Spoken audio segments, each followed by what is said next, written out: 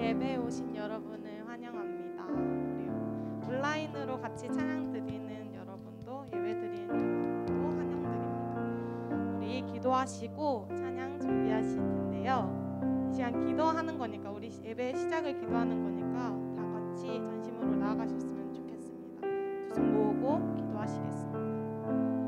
하나님 아버지, 나를 너무 사랑하시고 우리를 너무 사랑하시는 하나님 아버지, 우리 이 시간 주님을 알려고 주님의 말씀을 배우고 주님과 더 가까워지려 이 자리에 나왔습니다. 주님, 시작을 주님을 높이며 찬양할 수 있음에 감사드립니다. 그 자리가 어디이든 주님을 기뻐 찬양할 수 있는 우리 될 수 있게 해주세요. 우리 지금 주님께 고백할 때 우리 한마디 한마디 전심으로 나갈 테니까 들어주시고 이 시간 은혜 베풀어 주세요. 함께 해주실 것을 믿으며 예수님의 이름으로 기도드렸습니다. 아멘. 우리 첫 곡으로 날 향한 계획 찬양하시겠습니다.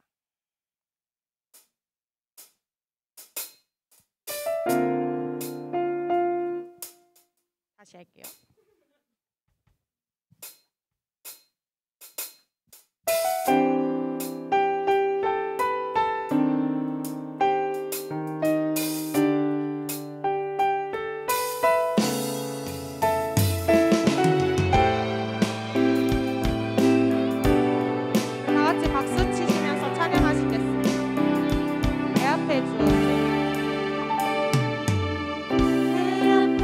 주어진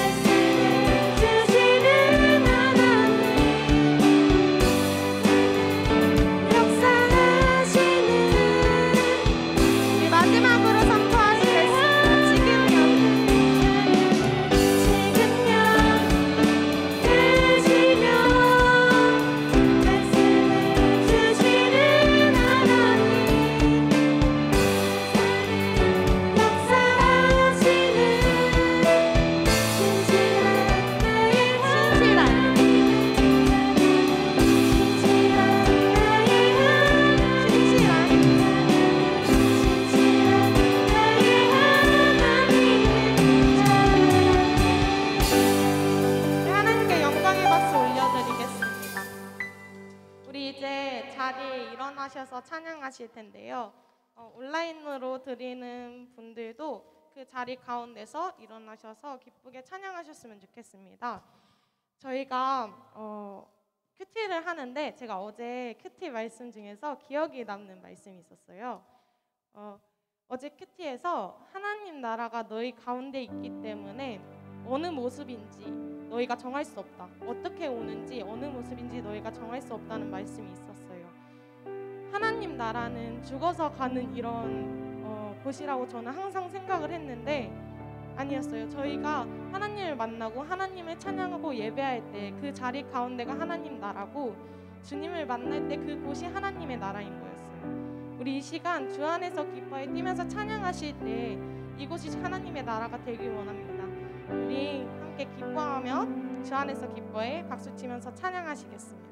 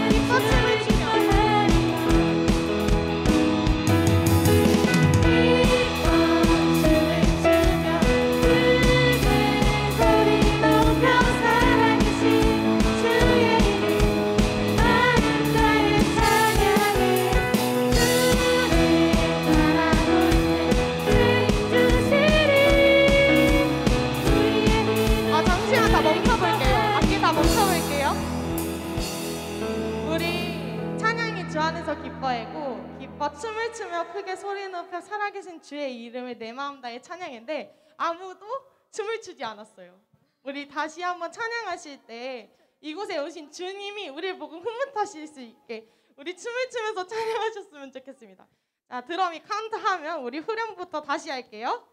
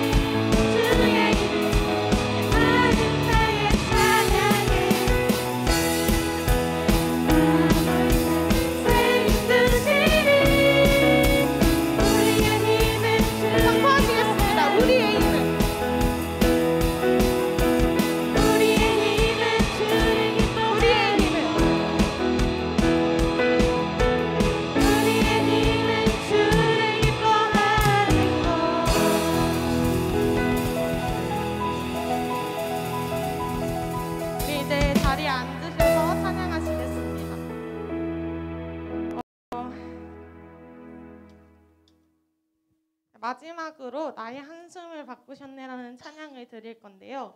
찬양하기 전에 제가 은혜 받은 이야기를 좀 하고 싶습니다. 원래 저번 주에 같이 은혜를 나누고 싶었는데 코로나로 인해서 나오지 못했어요. 근데 하나님이 모든 걸 계획하신 것 같아요. 오늘 이 얘기를 너무 전해주고 싶은 친구들이 너무 많이 왔고 주님이 그 친구들이 들을 수 있도록 오늘로 밀어주신 것 같다고 생각을 해요. 일단 제가 전하고 싶은 말씀은 2월 말에 있었던 수련회 때의 말씀이에요.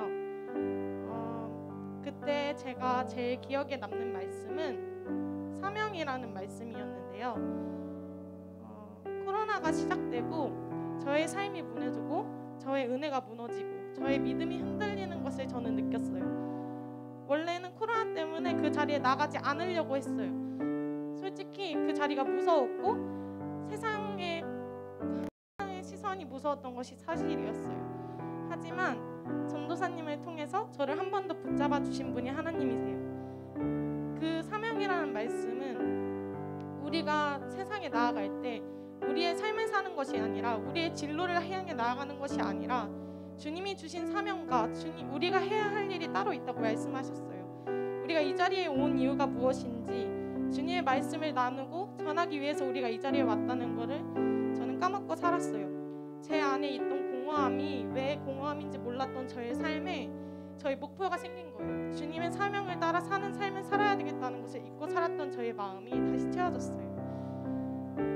솔직히 저도 고3이라서 대학이 걱정이 안 되고 미래가 걱정이 안 된다고 하는 거는 거짓말이에요. 하지만 이 말씀을 듣고 저는 생각했어요. 이제 더 이상 내 삶은 무기력하고 쓸모없지 않다. 하나님은 나를 분명히 쓰실 것이고 나는 그 계획을 따라가면 되는 거다. 그럼 나는 나의 삶은 무기력하지 않다고 생각했어요. 지금 우리가 들을 찬양이 나의 한숨을 바꾸셨네라는 찬양인데요. 지금 우리의 삶이 너무 무너졌잖아요. 은혜도 무너지고 내 마음도 무너지고 우리의 삶이 모든 게 무너졌어요. 하지만 하나님은 그마저도 우리를 붙드세요. 항상 나의 한숨을 바꾸시고 기쁨으로 바꾸시고 사랑으로 채워주시는 분이세요. 우리 이 시간 찬양하실 때 이 가사 붙들고 주님, 나의 한숨을 바꾸시는 주님, 나와 함께 하시는 주님 너무나도 사랑합니다. 주님, 내가 주님의 계획대로 살아가기 원합니다. 주님, 나의 사명을 알려주시고 나를 인도해 주세요라고 찬양하셨으면 좋겠어요. 나의 한숨을 바꾸셨네. 찬양하시겠습니다.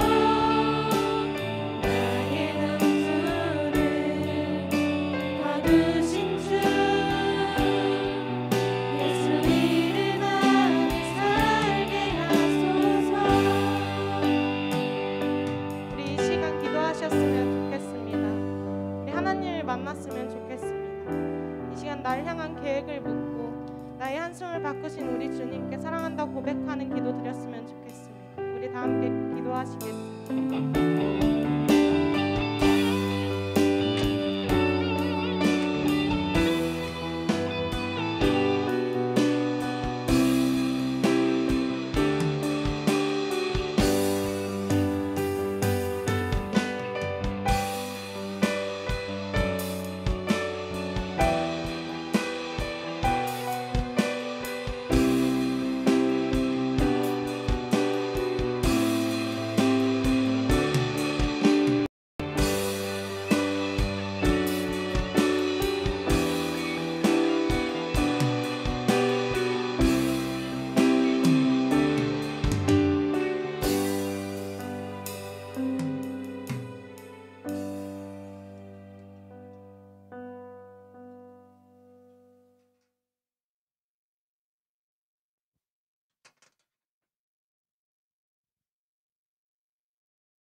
다 같이 신앙 고백, 사도신경으로 신앙 고백 드리겠습니다. 전능하사 천지를 만드신 하나님 아버지를 내가 믿사오며 그 외아들 우리 주 예수 그리스도를 믿사오니 이는 성령으로 잉태하사 동정녀 마리아에게 나시고 본디오 빌라도에게 고난을 받으사 십자가에 못 박혀 죽으시고 장사한 지 사흘 만에 죽은 자 가운데서 다시 살아나시며 하늘에 오르사 전능하신 하나님 우편에 앉아 계시다가 이로써 산자와 죽은 자를 심판하러 오시리라. 성령을 믿사오며 거룩한 공회와 성도가 서로 교통하는 것과 죄를 사하여 주시는 것과 몸이 다시 사는 것과 영원히 사는 것을 믿사옵나이다. 아멘. 오늘 드려질 예배를 위해 윤경수 선생님께서 대표로 기도 드리시겠습니다. 사랑과 은혜가 많으신 아버지 하나님, 우리 친구들과 선생님들 이 시간에 주님 앞에 나와 예배드릴 수 있도록 인도하심을 진심으로 감사드립니다. 저희들 세상 가운데서 때로는 힘들고 때로는 너무 즐거워서 예수님을 잃어버리고 살 때가 많습니다. 이 사순절 기간 우리를 위해서 십자가에 달려 돌아가시고 부활하신 예수님 생각하면서 기리는 그런 기간이 될 수 있도록 주님 인도해 주시옵소서. 오늘 예배 주님 온전히 드려서 저희들 마음과 뜻과 정성을 다할 수 있도록 인도하시고 성령님 함께해 주셔서 성령의 감동으로 말씀이 전해지며 그 말씀을 받을 때 모두가 아멘하며 받을 수 있는 귀한 시간 될 수 있도록 인도하여 주시옵소서. 아직 도착하지 못한 우리 친구들 속히 발걸음을 인도하여 주시고 주님 이 예배 끝날 때까지 주님께서 함께하여 주시옵소서. 예수님의 이름으로 기도드렸습니다.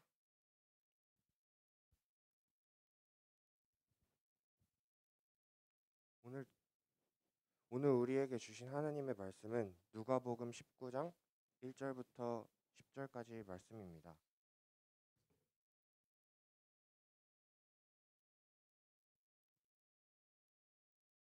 누가복음 19장 1절부터 10절까지 말씀입니다.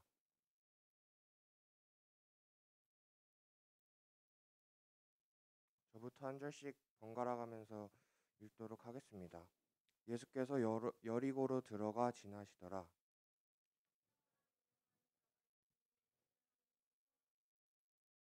그가 예수께서 어떠한 사람인가 하여 보고자 하되 키가 작고 사람이 많아 할 수 없어.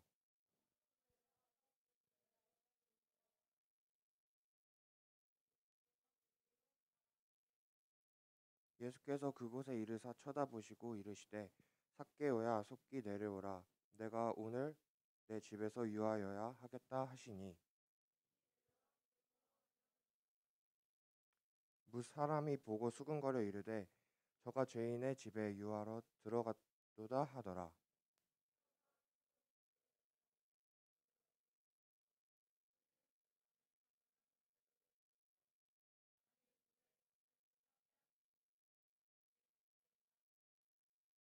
예수께서 이르시되 오늘 구원이 이 집에 이르렀으니 이 사람도 아브라함의 자손이미로다.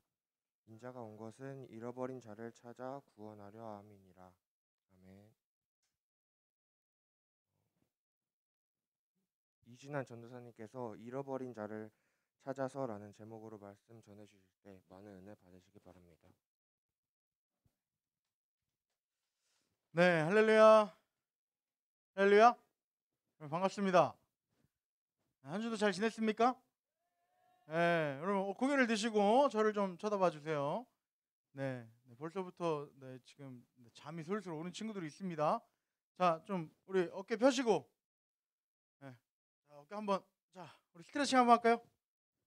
네, 어깨 돌리고, 자, 목도 돌리고, 자, 목 안 돌리는 사람 제가 가서 돌릴 거예요. 졸지 마시고. 더우세요? 추우세요? 딱 좋아요? 네, 감사합니다. 자, 우리 또 온라인으로 또 예배 드리시는 우리 친구들, 네, 우리 고등부 여러분들도 모두 주님의 이름으로 환영합니다. 반갑습니다. 네, 우리 옆에 있는 친구들과 함께 인사하겠습니다. 서로를 바라보면서 이렇게 고백하겠습니다. 하나님 당신을 사랑하십니다. 네, 우리 오랜만에 와갖고 우리 어색해하는 우리 소담이, 네, 자, 반갑습니다. 네, 다시 고백하겠습니다. 나도 하나님의 마음으로 당신을 사랑합니다. 네, 우리 집에 계신 분들도 같이 하는 겁니다. 이번엔 가슴에 손을 얹고 고백하겠습니다. 하나님은 나를 사랑하십니다. 나도 하나님을 사랑합니다. 아멘. 아멘이십니까? 네, 오늘도 예배 가운데 풍성한 그 하나님의 사랑을 누리는 저와 여러분들 다 되시기를 바랍니다. 아멘. 네, 오늘 3월 둘째 주입니다. 3월 14일인데요, 여러분 학교 잘 다니고 계시나요? 네, 3명만 잘 다니고 나머지는 잘 못 다니나 봐요. 온라인으로 하는 사람, 온라인 수업. 그럼 학교 가는 사람. 그럼 나머지 뭐예요? 자퇴했어요? 뭐 고등부 맞아요? 자, 다시 학교 가는 사람. 자, 손 안 들면 잡아낸다. 학교 가는 사람. 자, 내리시고. 온라인 수업. 자, 내리시고. 학교 안 다니는 사람. 네. 나머지는 나머지는 뭐예요? 아니, 그러니까 어쨌든 병행해도 들어야 될 거 아니야. 병행을 해도 이번 주에 뭐 학교를 갔는지 안 가든지 그런 게 있을 거 아니에요. 그죠? 예. 예. 뭐 거의 비슷비슷하나 봐. 그래요? 3학년은 매일 가요? 병행 없이? 야, 좋겠다. 좋잖아. 안 헷갈리고. 헷갈리고 싶어요? 자, 그럼 1, 2학년은 한 주 가고 한 주 안 가고, 뭐 월요일 날부터 아니면 일주일씩 그냥. 지난번에 막 수요일 날 갔다가 막 화요일까지 가고 그랬었잖아. 그죠? 헷갈렸죠? 근데 이제 안 헷갈리겠네.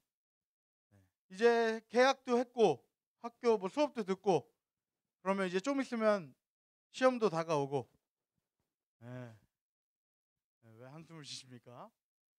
여러분들이 내가 얼마나 열심히 공부했는데 그걸 한번 시험해봐야지. 내가 열심히 공부하고 있구나, 내가 제대로 배우고 있구나를 좀 테스트 해보기 위해서 시험을 보는 겁니다. 여러분, 그러니까 너무 시험에 대해서 막 스트레스 받고 그러지 마세요. 시험 성적이 안 나온다? 내가 공부 안 했으니까 그것도 한번 시험해 보는 거야. 내가 이만큼이나 공부를 안 했구나. 그럼 뭐 다시 열심히 해야겠구나 이런 생각도 가지고, 또 공부를 많이 했으니까 시험 성적이 잘 나왔어. 그렇지, 내가 이렇게 열심히 했는데. 그렇지, 뭐 이러는 거 아니겠습니까? 그렇죠? 그러니까 여러분들 너무 그거에 스트레스 받지 마세요. 뭐 시험 성적 낮으면 다음에 더 열심히 하면 되지 라는 생각 가지고 하고, 또 잘 나왔다고 또 막 우쭐대고 막 교만하지 마시고 계속 열심히 하시고 그렇게 하시면 됩니다. 아시겠죠? 네, 뭐 마음대로 하세요. 네. 네, 말씀 나누도록 하겠습니다. 여러분, 리플리 증후군이라는 이야기를 들어보신 적 있나요? 오, 역시. 야. 저기 시험 잘 보는 그 부류의 고객. 리플리 증후군. 이거는 뭐냐면 자신의 현실을 부정하면서 실제로는 존재하지 않는 그 허구의 세계를 마치 진실인 것처럼, 진짜 내 삶에 일어나고 있는 것처럼 믿고 상습적으로 거짓말과 행동을 반복하는 이런 반사회적인 인격 장애를 부르는 어떤 신조어예요. 신조어. 리플리 증후군. 이 말이 어디서 나왔냐면 미국 소설가인 패트리샤 하이스미스가 지은 소설 재능 있는 리플릿이라는 이 소설에 처음 등장하게 된 거예요. 리플리 병이나 혹은 리플리 효과라고 불리기도 하는데 실제 의학에서 사용되는 용어는 아니라고 합니다. 그런데 오늘날 많은 사람들이 이 리플리 증후군, 우리가 쉽게 풀어 이야기하면 뭐뭐 하는 척 하면서 살아간다는 거예요. 괜찮은 척, 행복한 척, 아무렇지 않은 척. 나는 행복한 척 살아가고 있다는 거예요. 이 SNS가 커지면서 이게 더 점점 심각해지고 있는 거예요. 막 인스타그램이나 페이스북 보면 모두가 다 행복한 것 같아. 다 잘 살고 있는 것 같아. 괜찮은 것 같아. 그러나 정말 정작 그 사람의 인생을 바라보면 그렇지 않은 경우가 많다는 거예요. 괜찮은 척, 나는 성적이 안 나와도 멀쩡한 척, 슬프지 않은 척, 인생이 힘들어도 안 힘든 척, 그렇게 살아가고 있다는 거예요. 여러분은 그런 적 없습니까? 없나 봐요. 없는 척.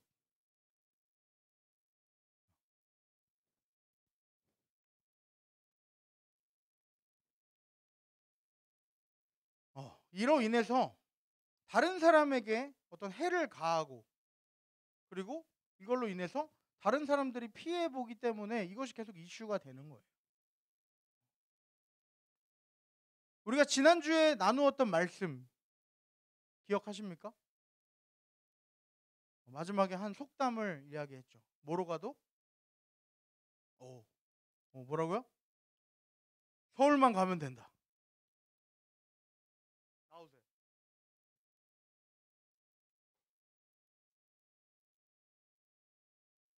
자, 선물입니다. 뭐로 가도 서울만 가면 된다. 사실 여기에 많이 있어요. 여러분들. 네. 집중을 잘 하시면 됩니다. 자, 뭐로 가도 서울만 가면 된다. 내가 이루고자 하는 것, 내가 갖고 싶은 것, 내가 원하는 것을 얻기 위해서는 수단과 방법을 가리지 않아도 된다. 이런 뜻이죠. 거짓말해도 되고, 불법을 저질러도 되고, 다른 사람에게 피해를 입혀도 된다는 그러한 시대에 살고 있어요. 나는 아니겠지라고 하지만 한번 생각해 보세요. 나는 그렇지 않은지. 여러분, 요즘 이슈가 되고 있는 뉴스에 막 나오죠. 부동산, 땅, 그런 사건들. 내가 잘 되기만 하면, 내가 성공하면, 내가 돈을 많이 벌 수만 있다면 불법을 행해도 된다.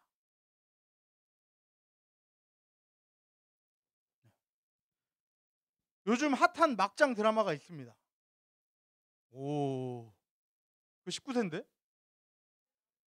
19살을, 고3, 오케이. 네. 지난번 레크레이션에, 그 펜트하우스 나오는데, 그 기생충 나오는데, 그 19세인데 여러분 대답해서 깜짝 놀랐습니다. 네. 근데 고3이 한 거죠? 네. 펜트하우스. 이제 얼마 전에 시즌 2를 시작했다고 해요. 그죠? 점점 계속 매 회가 지속될수록 드라마가 점점 끝장을 보여주는 거야. 막장을 보여주는. 그 내용이 내가 얻고자 하는 명예, 권력, 돈 이런 걸 얻기 위해서는 상관없어. 사람이 죽어나가도 신경을 쓰지 않는 거야. 괜찮은 척, 그렇게 해도 되는 척, 그렇게 하는 것이 행복한 척. 드라마에서 보여주고 있다는 거예요. 근데 이게 그냥 드라마의 일이 아니라는 거예요. 그냥 꾸며낸 이야기가 아니라 현실의 모습을 반영해서 보여주고 있는 거예요.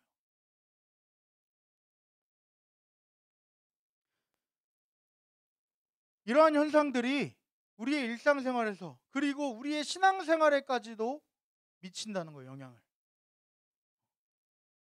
우리 신앙인들에게서도 이러한 모습들이 발견된다는 겁니다. 하나님 앞에서 나의 죄를 숨기고 감추고 나는 아무렇지 않은 척, 나는 회개하지 않아도 되는 척, 나는 하나님이 도움이 필요하지 않은 척, 그렇게 솔직하지 못한 모습으로 주님 앞에까지 나아간다는 거예요. 하나님 앞에까지. 자, 이제 오늘 본문의 말씀으로 돌아가서 우리 본문 말씀은 우리가 너무 잘 알고 있는 내용이에요. 누가 등장하나요? 삭개오가 등장하죠. 그리고 또 누가 등장합니까?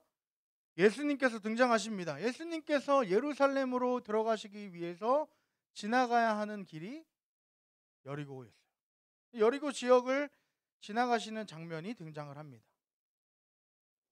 그리고 여리고 지역에 살고 있던 이 삭개오라는 사람을 오늘 만나시게 되는데, 이 말씀에 보니까 삭개오가 누구인지에 대해서 설명을 하고 있습니다. 삭개오 들어본 사람? 제일 먼저 손 들었어. 나오세요. 네. 정신 바짝 차리세요. 아무 이유 없습니다. 삭개오 들어본 사람? 들어봤어요. 저도 들어봤어요. 네. 이 삭개오라는 사람을 어떻게 설명하고 있냐면, 첫 번째로 네, 마음이 앞섰어요. 세리장. 두 번째로 부자. 그리고 세 번째로 기분이 안 좋아요. 키가 작은 것까지를 얘기하고 있어요. 먼저 삭개오의 직업이 세리장이라고 이야기합니다. 이 세리가 뭐예요? 세리.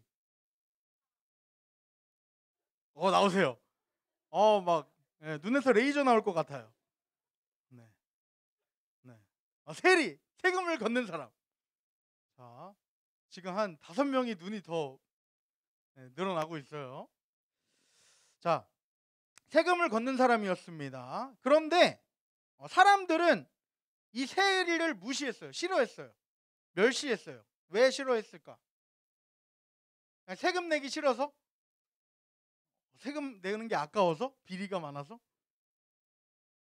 네. 나이스. 네. 왜냐면 그들이 세금을 걷는 방식, 그리고 그 세금을 누구한테 갖다 바치는지, 그런 것 때문에 싫어했다는 거예요. 오늘 성경 본문 당시 시대 배경은 이 이스라엘이 로마 제국의 지배하는 시대였습니다. 그리고 당연히 로마는 그 지배하는 나라들에게 세금을 걷었죠. 이스라엘도 마찬가지로 로마에 세금을 내야 했습니다. 그런데 이 세금을 걷는 사람이 로마 사람이 아니라 같은 민족의 사람이었다. 근데 왜 그렇게 했을까요? 그 사람들을 가장 잘 알고 있잖아. 얘 딱 보면 사이즈 나오는데 아닌데? 다 알고 있으니까. 그 사람 중에서 선별해서 세금을 걷게 했습니다. 이 세리가 같은 민족이면, 자기 같은 민족의 사람이면 어떻게 해야 돼요? 여러분 다 착하잖아, 그지? 웃으면 조금 문제가 있어요. 다 착하잖아. 같은 민족이야. 세금을 갖다가 다른 나라에 바쳐야 돼. 그럼 어떻게 걷어야 되겠어요?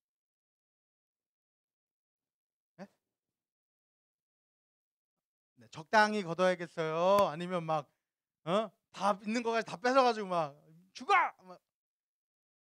그래야겠어요? 그죠? 로마가 요구한 세금, 그리고 어느 정도 사람들이 이해할 수 있는 어느 정도의 수준에서 그걸 일을 했으면 괜찮을 텐데, 그게 아니라 로마가 요구한 것보다 훨씬 많이 세금을 걷어서 자기의 소유를 삼았다는 거예요. 자기의 부를 축적했다는 거예요. 그러니까 오히려 로마보다 이 세리가 더 미운 거야. 그런데 오늘 삭개오는 그냥 세리가 아니라 세리장이야. 그들 중에서도 그들을 관리하는 대장이었다는 거예요. 그러니까 얼마나 사람들에게 나쁜 놈이겠어요. 그죠? 완전 이 사람 극혐. 극혐하는 거야. 그리고 두 번째로 그를 부자라고 이야기해요. 부자예요, 부자. 돈 많이 걷었으니까. 근데 정직하게 부를 쌓은 것이 아니라는 거예요. 세 번째로 삭개오가 키가 작다고 이야기합니다. 네. 왜 그럴까요? 왜 키가 작았다? 왜 성경은 굳이 이 얘기를 했을까요?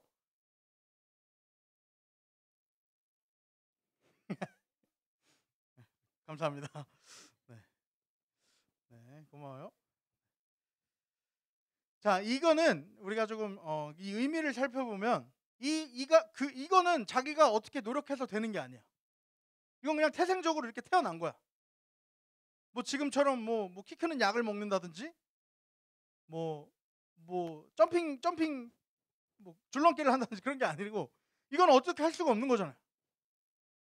이 자기의 태생적인 부족함, 그의 그 삶의 공허함을 나타내 주는 거예요. 여러분 그 사건 알아요? 약 한 10년 전쯤에 TV에서 어떤 한 여대생이 키 180 안 되는 남자는 다 루저라고 했어요. 아, 여러분 몰라요? 그렇지. 아직 그때 막 초등학생이었겠구나. 네, 잊어버리세요. 네, 잊어버리세요. 네. 그래가지고 대한민국이 난리가 났었습니다. 아니 이게 무슨 말이냐? 이게 미친 거 아니냐? 무슨 왜 웃어요? 근데 화냈던 사람들이 다 누굴까요? 그죠? 루저들이었죠. 네. 저도 화를 냈죠. 네. 이처럼 이 키가 되게 민감한 거예요, 여러분. 네. 네. 진정 좀 시켜야겠습니다. 성경에서도 굳이 키에 대해 언급한 이유는 그의 키가 눈에 띄게 작고 또한 그로 인해서 또 사람들에게 사회에서 무시를 당했던 것 같아요. 그는 자신의 약점, 이 마음에 가지고 있던 공허함을 채우려고 노력했습니다. 그걸 원했어요. 누구보다 성공하고 누구보다 돈을 많이 벌고 누구보다 부자가 되면 사람들은 나를 무시하지 못할 거야. 나의 이 공허함이 채워질 거야. 라고 생각을 했습니다. 그 자신을 무시했던 사람들에게 보여주고 싶었어요. 감히 나를 무시해?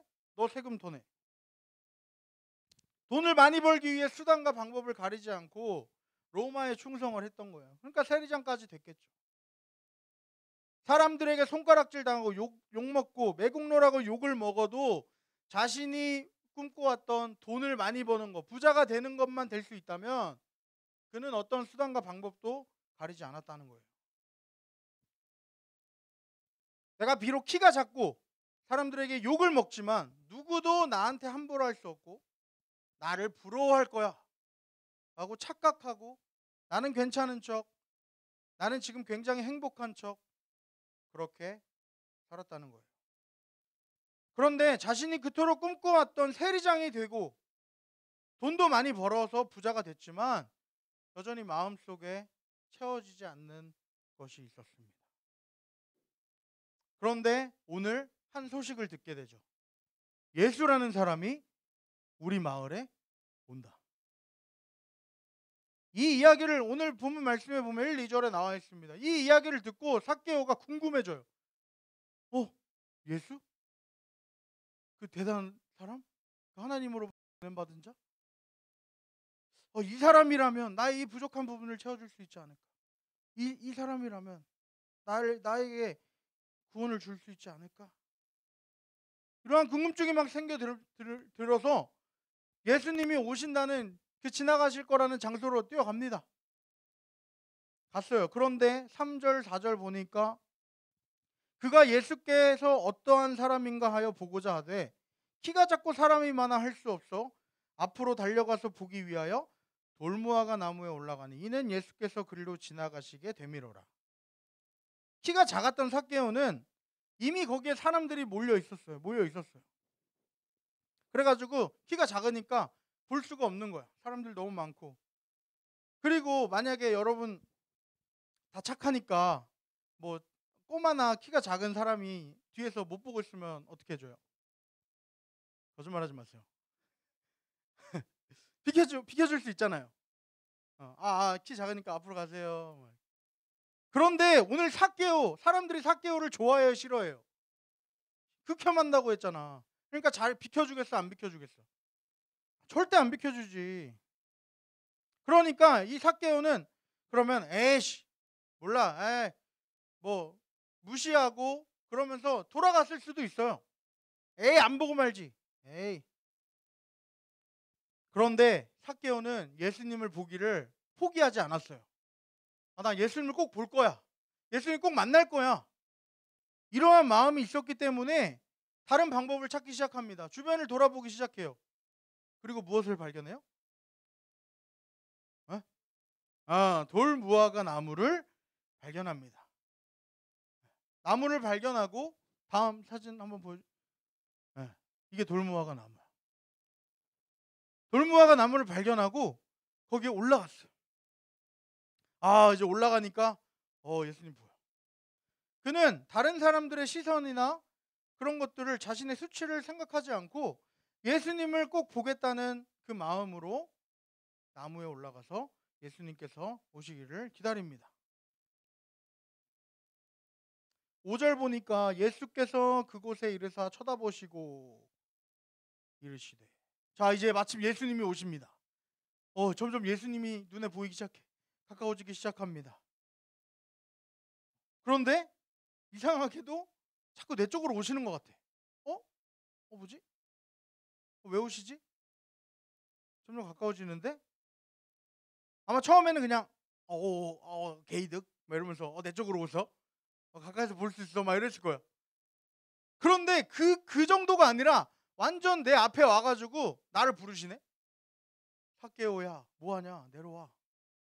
삭개오, 얼른 내려와 라고 이야기하십니다. 그 이야기를 듣고 아마 거기 있는 모든 사람들이 놀랐을 거예요. 예수님께서 그 수많은 사람들 중에서 하필 이 모든 사람이 극혐하는 삭개오한테 가서 말을 거셨을 뿐 아니라 그의 이름을 부르신 거야. 이름 어떻게 알고? 나 예수님 처음 보는데? 갑자기 예수님 나타나셔서 수정아, 이리 오너라. 난 난생 처음 본 사람인데 내 이름을 알고 있으면 여러분 놀래 안 놀래요? 근데 예수님이라는 이 엄청난 분이 내 이름을 부르는 거야. 그리고 사람들도 의아해 하겠지. 뭐야? 쟤 뭐야? 예수님 어떻게 알아?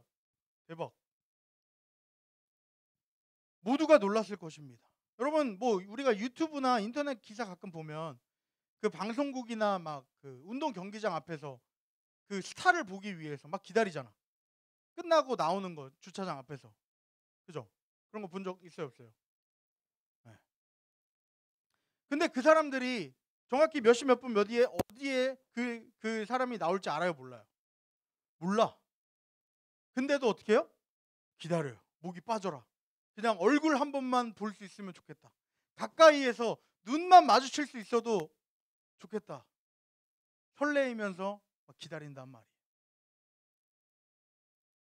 그가 거기로 오든지 안 오든지 뭐 그 확률이 뭐 그런 계산 뭐 그런 거 없어요. 여기로 올 확률 오늘 10%. 그러니까 나는 오늘 거기 가지 않겠어. 그러지 않는단 말이야. 그냥 거기로 무조건 지나갈 거라는 확신을 가지고 간단 말이야. 기대하면서 설레면서. 그런데 딱 그 선수가 나왔어. 그럼 얼마나 기뻐요. 연예인이 내 눈앞에 지금 수정이 이렇게 거리 정도에 딱 나타났다고 생각해봐. 지금 별 감흥 없잖아. 근데 수정이가 정말 좋아하는 연예인 누구예요? 예수님? 연예인 누구 있어요? 없어요? 야, 공부만 하는구나. 테이 없어요? 연예인 안 좋아해요? 뭐야? 누구냐고요? 한 명을 못 고른다. 근데 만약에 한 명을 눈앞에서 봤어. 누가 좋을 것 같아? 송강호? 네? 누구요? 누구? 송강? 걔 누구야? 나 송강호라서 깜짝 놀랐네. 좀 취향이 독특하다 그랬는데. 송광? 강. 미안. 참. 송강호. 나 기생충을 아주 재밌게 봤는 줄 알았어요. 안 봤어요. 네. 송강이 눈앞에 딱 나타났어. 근데 갑자기 너한테 가까이 다가오더니 수정아 반가워 이름을 불러주고 얘기를 한다고 생각해봐요. 부담스러워요? 이게 아닌데. 자, 한번 상상해 보세요. 송강. 네. 내가 정말 그렇게 보고 싶었던 좋아하는 연예인이 내 눈앞에 딱 나타나서 갑자기 내 이름을 불러줘. 남자 친구들. 손흥민이 갑자기 내 앞에 와가지고 이름을 불러줘. 현준아. 네. 네, 오늘 좀 안 되네요. 자, 한번 상상을 해보세요. 그런 상황이야 지금. 이 예수님이 한 번도 만난 적이 없는데 나한테 가까이 오시더니 갑자기 내 이름을 불러주신다. 아, 내 이름을 안다고? 나한테 말을 건다고? 그리고 거기서 끝나는 게 아니라 말씀을 보니까 오늘 우리 집에 오신대.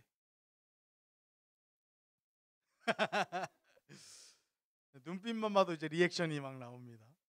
우리 집에 오신대.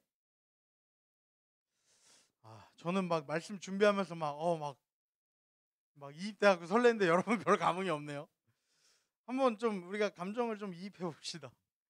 그가 얼마나 기뻤냐면 6절을 보세요. 급히 내려와 즐거워하며 영접하거늘. 엄청나게 놀란 동시에 엄청 기뻤던 거야. 막 아마 나무에서 그냥 뛰어 내려오지 않았을까 생각이 돼요.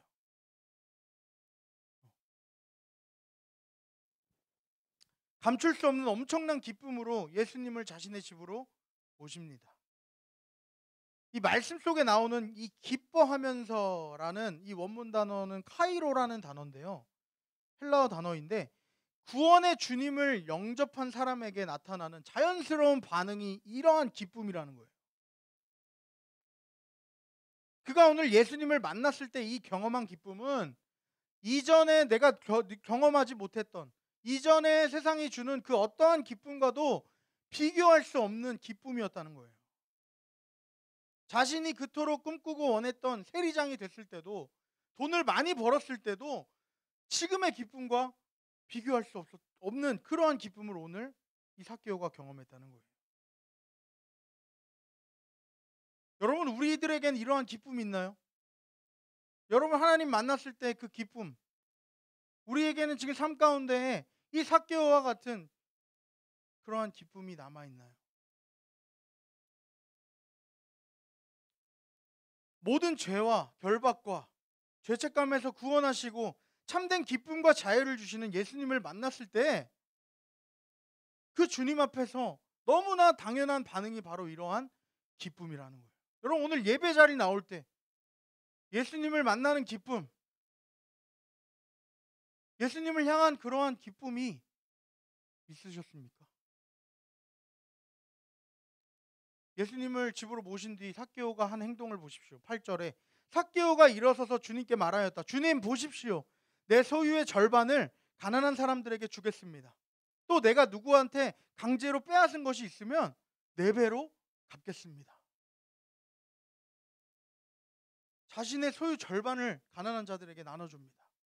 예수님을 만난 사람, 구원의 경험을 얻은 사람은 자연스럽게 이웃에 대한 사랑, 이웃에 대한 긍휼이 나타나게 삶에서 드러나게 된다는 거예요. 그는 지금까지 자신이 바라보고 의지했고 자신을 행복하게 해주고 지켜줄 거라고 생각했던 그 물질을, 그 돈을 주님 앞에 과감하게 다 내려놓는 거예요. 가장 귀하신 주님을 만나고 나니까 이 세상에 내가 바라보았던 것들이 이제는 더 이상 이전과 같이 좋지 않다는 거예요.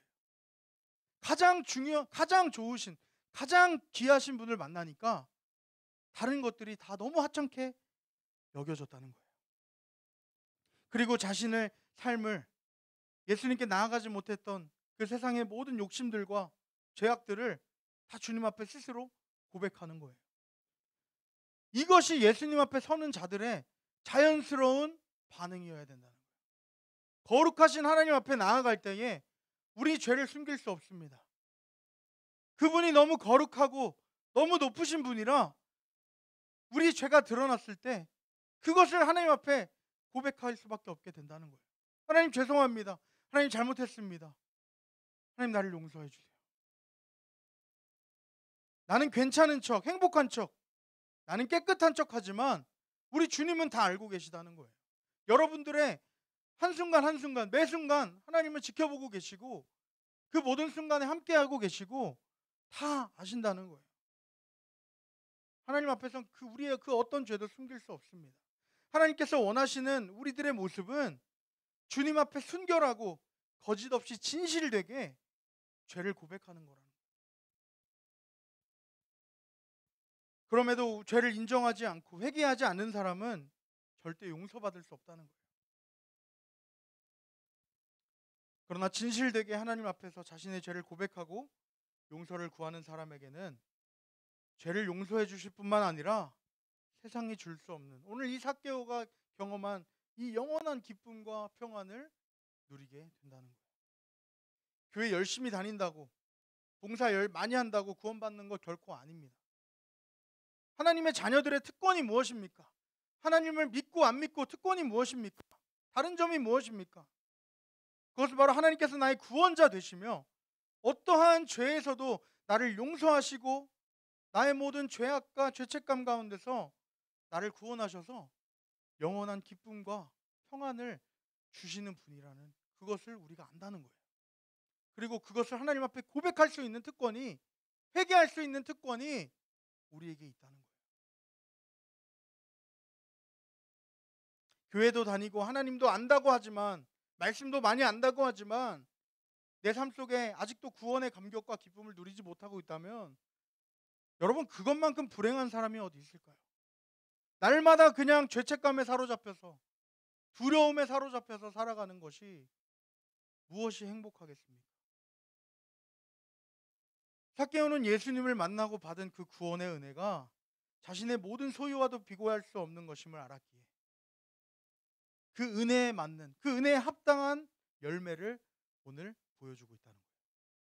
우리는 주님께 받은 그 값진 은혜를 값싼 은혜로 만들지 말아야 됩니다. 9절, 예수께서 이르시되 오늘 구원이 이 집에 이르렀으니 이 사람도 아브라함의 자손이라.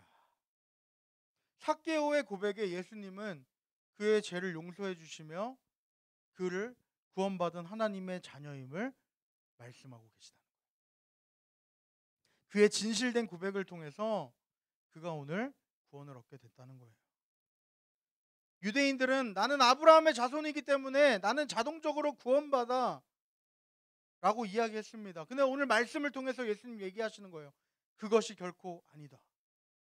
진실된 죄의 고백, 회개를 통해서 죄가 용서될 수 있으며 하나님의 자녀가 될 수 있다는 것을 오늘 말씀을 통해서 의도적으로 보여주고 계신 거예요. 이러한 모습을 본 몇몇 사람들의 반응을 한번 봅시다. 7절, 뭇 사람이 보고 수군거려 이르되 저가 죄인의 집에 유하러 들어갔도다 하더라. 여러분, 우리의 모습을 한번 봅시다. 나는 교회 다닌다고, 나는 용서받았다고, 나는 구원받았다고 행여나 세상 사람들을, 교회 다니지 않는 사람들을 정죄하고 비판하고 있지는 않습니까? 그들을 무시하거나 그들을 욕하고 있지는 않습니까? 예수님을 오해하고 어떻게 저런 죄인과 함께 거하실 수 있느냐고, 어떻게 저런 죄인을 받아들일 수 있냐고 그렇게 예수님을 조롱했던 사람은 구원에 이르지 못했어요. 그러나 오늘 예수님을 만났을 때 진실되게 자신의 죄를 고백하고 주님 앞에 나아갔던 이 삭개오는 영원한 기쁨과 구원을 소유하게 됐다는 거예요. 오늘 예수님께서 왜 이 땅에 오셨는지 10절 말씀에 이야기해 주시죠. 인자가 온 것은 잃어버린 자를 찾아 구원하려 함이니라. 여러분, 예수님은 이 땅의 모든 잃어버린 자들을 찾으러 오셨습니다. 우리 모두가 해당됩니다. 우리는 죄에 빠져서 죄악 가운데서 죽음의 길로 가고 있던 자들입니다. 하나님을 잃어버린 자들이었습니다. 그런데 예수님께서는 우리를 구원해 주시기 위해, 우리를 살리시기 위해 이 땅에 오셨다고 오늘 말씀해 주시고 계십니다. 그럼 오늘 우리는 이 잃어버린 자들을 향한 그 아버지의 마음을 다시 한번 깨달아야 될 줄 믿습니다.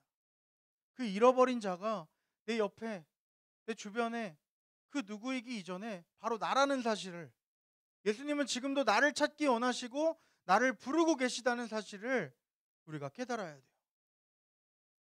교회 다니고 있고 예배도 드리고 있지만 여전히 나는 예수님 앞에서 거짓된 모습으로, 진실되지 못한 모습으로 나아가진 않고 있는지 스스로 돌아보아야 합니다. 그리고 나를 지금도 부르시고 찾으시는 그 주님 앞에 진실되게 나아가시는 저와 여러분들 다 되시기를 바랍니다. 아멘. 내가 어떤 사랑을 받았는지, 내가 받은 은혜가 어떤 은혜인지를 날마다 기억하였으면 좋겠습니다. 내가 하는 모든 삶의 걸음걸음마다, 모든 순간마다, 모든 선택마다 예수 그리스도가 생각나야 돼요. 예수 그리스도의 십자가가 생각나야 됩니다. 정말 중요한 순간에는 예수님 없이 살다가 내가 힘들고 어려울 때만 예수님을 찾는다면 그것은 결코 바람직한 그리스도인의 모습이 아니라는 거예요. 매 순간마다 어떤 것을 선택하고 결정할 때마다 예수님을 생각하고 예수님이 기뻐하시는 모습으로 살아가는 우리 모두가 되기를 바랍니다. 아멘. 혹시라도 아직도 예수님을 만나지 못한 친구들이 있다면 오늘 예배 가운데 우리 함께 이 시간 찬양하고 기도하는 가운데 주님 앞에 진실되게 나아가셨으면 좋겠어요. 주님, 내가 주님을 만나고 싶습니다. 오늘 삭개오가 그 인생에 해결되지 않은 문제, 그 마음의 문제 때문에 예수님을 찾기 원했던 그 간절함이 나에게도 있기 원합니다. 예수님 만나기 원합니다. 예수님 나를 만나주세요. 이렇게 기도할 때 예수님께서 반드시 여러분들 가운데 함께 하시고 만나 주실 것입니다. 여러분, 우리 함께 이 시간 찬양할 텐데요. 그가 오신 이유라는 찬양인데 함께 찬양하고 또 기도하면서 주님 앞에 진실되게 나아가기 원합니다.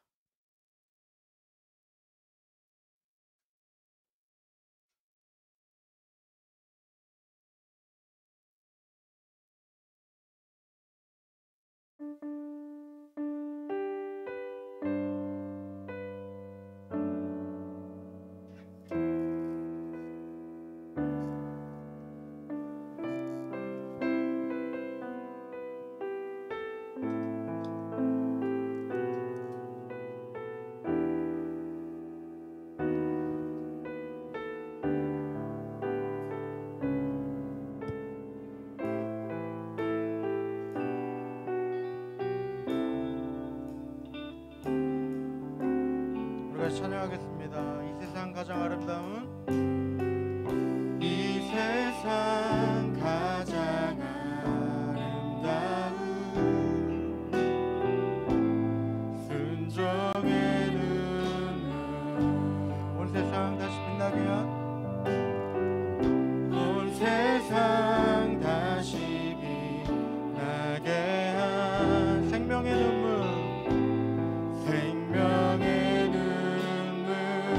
그가 이 땅에 오신 이유,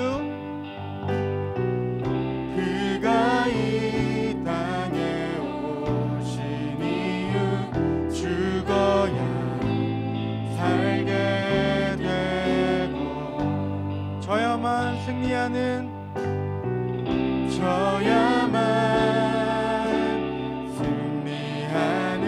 놀랍고 영원한 신비, 영원한 신 지으신 그대로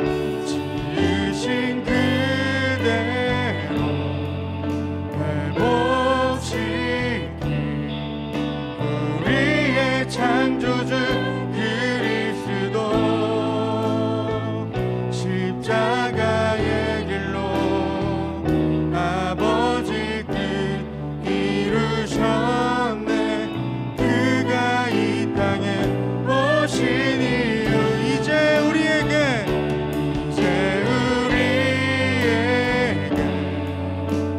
맡겨진 그 소망, 그 사랑, 그 생명, 아름답고